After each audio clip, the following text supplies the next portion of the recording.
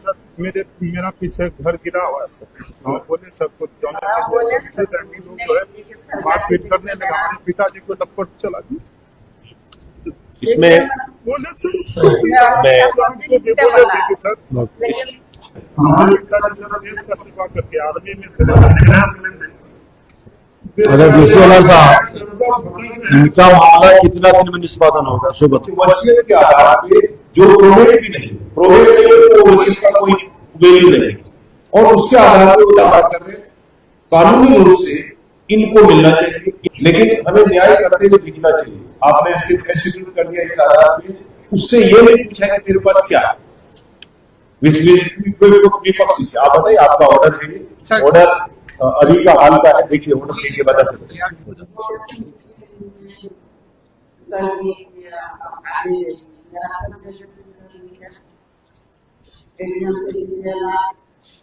इनके केस को मैं थोड़ा ब्रीफ में बता देता हूँ। इन्होंने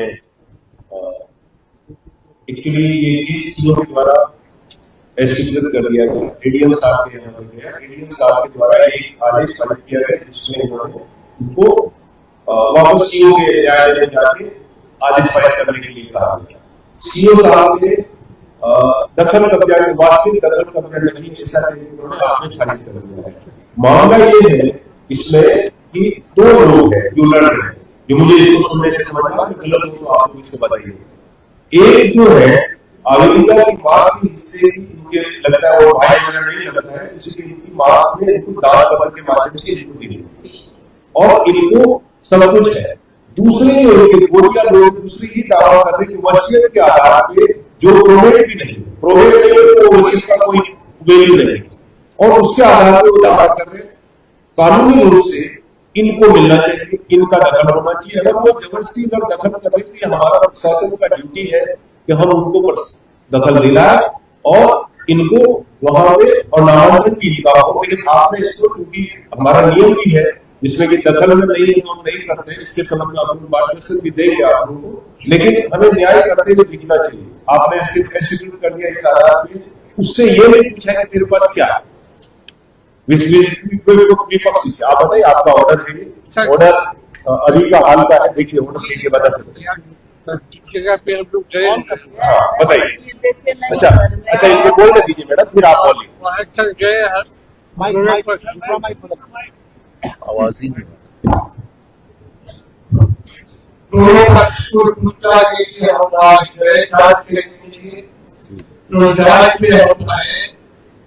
कि रोड पे काफी हो रहा है और उस जगह पे दो घर बना हुआ है, क्या भाई का घर है और उसका आवश्यक है।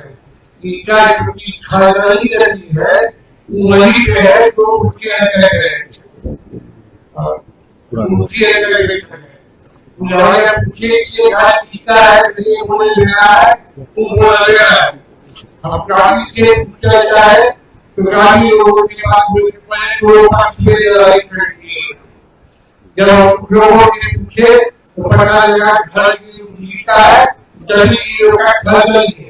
तो उसने आगे देखिए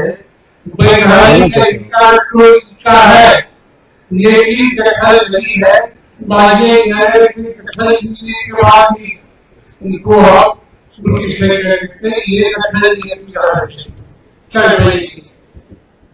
बोलिए, आपको क्या कहना? दखल है, उनका घर बना हुआ, ये भूषा का घर उन्हीं का है।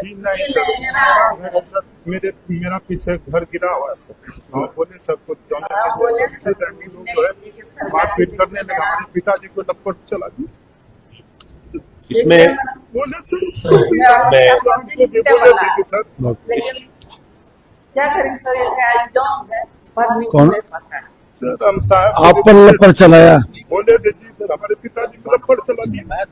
इसमें हमारे पिताजी कानूनी रूप से सीओ साहब का आदेश ठीक है, लेकिन मोरली ये हमें गरीब आदमी की तरफ या कमजोर आदमी की तरफ प्रशासन का वो हुक्म है वो होना चाहिए। इसमें मजिस्ट्रेट अगर इसके पास लीगली तो कोई कागज ही नहीं है, लीगल मजिस्ट्रेट तो आप देख रहे हो। रुको, आप अपने आदेश में ये भी लिखते कि ये मामला क्योंकि ये गलत है, दावा इन्होंने कर रखा है। सुनो ना, एक मिनट आपको ये सुझाव बिंदेश्वर मंडल आपका नाम है? बिंदेश्वर मंडल ठीक से बोलो। अभी तुम इंटरव्यू देने जा रहे हो बिहार पुलिस घबराइए नहीं, हम लोग बैठे हैं न्याय दिलाने के लिए। कोर्ट में भी केस चल रहा है इसका। कोर्ट में भी कई केस है। नहीं, एडीएम का तो आपके फेवर में नहीं होगा, तो सुनने के लिए कह दिया, वो नहीं किया। इसमें मेरा सुझाव आपको है कि आप डीसीएलआर के न्यायालय में, मैडम होगी किसका है डीसीएलआर, कौन से डीसीएलआर का है, आप डीसीएलआर साहब के न्यायालय में बात करें। ये आपको ये जो अवैध इसके दोनों के कागज लेंगे, दोनों के कागज लेने को तो आपका ही पलड़ा भारी है, उनके पास कागज अगर नहीं प्रोवेट नहीं है, इसीलिए डीसीएलआर साहब आदेश पारित कर देंगे और तब थाना और अंचलाधिकारी आपको पोजीशन दिलाएंगे, क्योंकि आपको तो कागज में तो आप में से ही प्रॉपर है। हमारे पिताजी डीसीएलआर साहब आप इसमें आदेश पारित करके सेवा करके आए हैं, केस फाइल करो। मैडम आप इसलिए अनुरोध ये है कि केस फाइल करोगे डीसीएलआर साहब के न्यायालय। हमारे पिताजी देश का सेवा करके आर्मी में अगर डीसीएलआर साहब इनका मामला कितना दिन में निष्पादन होगा सुबह?